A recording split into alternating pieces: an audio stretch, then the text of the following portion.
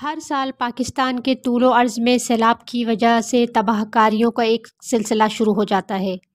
ہزاروں گاؤں صفحہ ہستی سے مٹ جاتے ہیں، لوگوں کا مال، اسباب، فصلیں تباہی کی نظر ہو جاتی ہیں، کروڑوں خاندان دیوالیہ ہو جاتے ہیں۔ زندگی ابھی دوبارہ سنبھل نہیں پاتی کہ پھر نیا سیلابی عذاب قوم کو تباہی سے دوچار کر دیتا ہے۔ ہر طرف آہیں، سسکیاں، محرومیاں پھیلی نظر آتی ہیں۔ کچھ لوگ یہ کہتے ہیں کہ یہ عذاب ہے۔ یقیناً یہ عذاب ہی ہوتا ہے جب زمین پہ رہنے والے قدرتی آفات کے لیے مناسب انتظام نہیں کرتے، اپنے شہروں دیہاتوں کے زمینی اور آبی انتظامات کی طرف توجہ نہیں دیتے، تو پھر پانی جو اللہ کی رحمت اور نعمت ہے وہ عذاب بن جاتا ہے۔ قوم کی جان و مال کی حفاظت کی ذمہ داری ریاست نظام کی ہوتی ہے کہ وہ ملک میں ہمہ وقت ایسی پالیسی اور منصوبے بنائے جس سے قدرتی آفات کا تدارک ہو سکے۔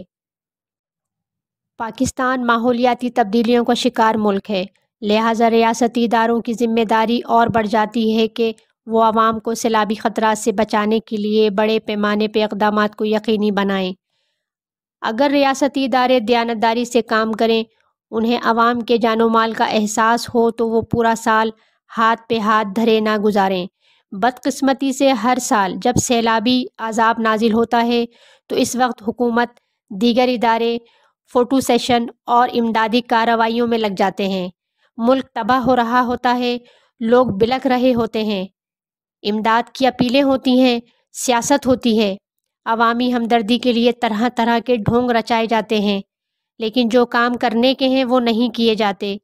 مثلاً ماہرین اور انجینئرز کی ٹیموں کو منظم کر کے دریاؤں کے ساحلوں کو محفوظ بنانے کا انتظام کیا جائے، مصنوعی جھیلوں کو بنانے کے لیے منصوبہ بندی کی جائے، ڈیم بنائے جائیں، نہریں بنائی جائیں، زمین میں بڑے بڑے سوراخ کریں اور کنویں بنائیں جن سے سیلابی پانی کو ذخیرہ کرنے میں مدد ملے گی، اور اس طرح کی تباہ کاریوں سے بھی محفوظ رہا جا سکے گا۔ اگر ہم اس طرح پانی کو ذخیرہ کرنے میں کامیاب ہو جاتے ہیں تو ملکی سطح پہ پانی کی کمی کا مسئلہ بھی حل ہو سکتا ہے۔ پوری دنیا کے ممالک ماحولیاتی تبدیلیوں کے حوالے سے بہترین منصوبہ بندی میں مصروف ہیں۔ وہ مصنوعی جھیلیں اور ڈیم بنا کر پانی کو نہ صرف ذخیرہ کر رہے ہیں بلکہ سیلاب سے بھی محفوظ رہنے کے لیے مختلف اقدامات کیے جا رہے ہیں، اور یہ کہ جدید ٹیکنالوجی کا استعمال کر کے شہروں اور دیہاتوں کو سیلابی پانی کے نقصانات سے بچانے کے لیے بہترین منصوبے تیار ہو رہے ہیں۔ دریاؤں کے کناروں کو محفوظ کیا جا رہا ہے تاکہ پانی سیلابی صورت میں باہر نہ نکل سکے۔ ان کے ماہرین ہمہ وقت منصوبہ بندی میں مصروف رہتے ہیں۔ آج بدقسمتی سے ہمیں ایسے ادارے میسر نہیں جو ہماری حفاظت کے لیے خطروں سے پہلے منصوبہ بندی کر سکیں۔ اس وقت ضروری ہے کہ ملک میں مسلط، کرپٹ اور بددیانت نظام میں جوہری تبدیلی لائی جائے تاکہ عوام کی بنیادی ضروریات پوری ہو سکیں، اور بہترین منصوبہ بندی سے عوام ان بحرانوں سے چھٹکارا پا سکیں۔ اس وقت ملک کے بیشتر حصے جو سیلاب کا شکار ہیں وہ قیامت صغریٰ کا منظر پیش کر رہے ہیں۔ لوگوں کا مال و اسباب تباہ ہو چکا ہے، کھلے آسمان تلے لوگ سسک رہے ہیں، انہیں شیلٹر، کھانے پینے اور ادویات کی سخت ضرورت ہے۔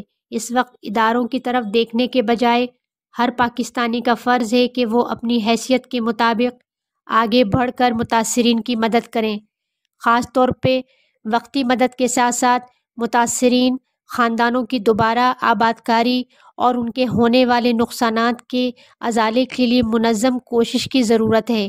اس وقت پوری قوم کو متحد ہو کر اس صورتحال کا مقابلہ کرنا چاہیے، اور ساتھ ساتھ اپنے آئندہ آنے والے کل کے لیے بھی سوچنے، درست فیصلے کرنے کی اشد ضرورت ہے، وگرنہ ہر سال یوں ہی اسی قیامت سے گزرنا پڑے گا۔ اس ویڈیو کو دیکھنے کے لیے آپ سب کا بے حد شکریہ۔ امید ہے کہ یہ ویڈیو آپ کے لیے مفید ثابت ہوگی۔ Thanks for watching. Please like, subscribe, and share. Kokub Helping Home.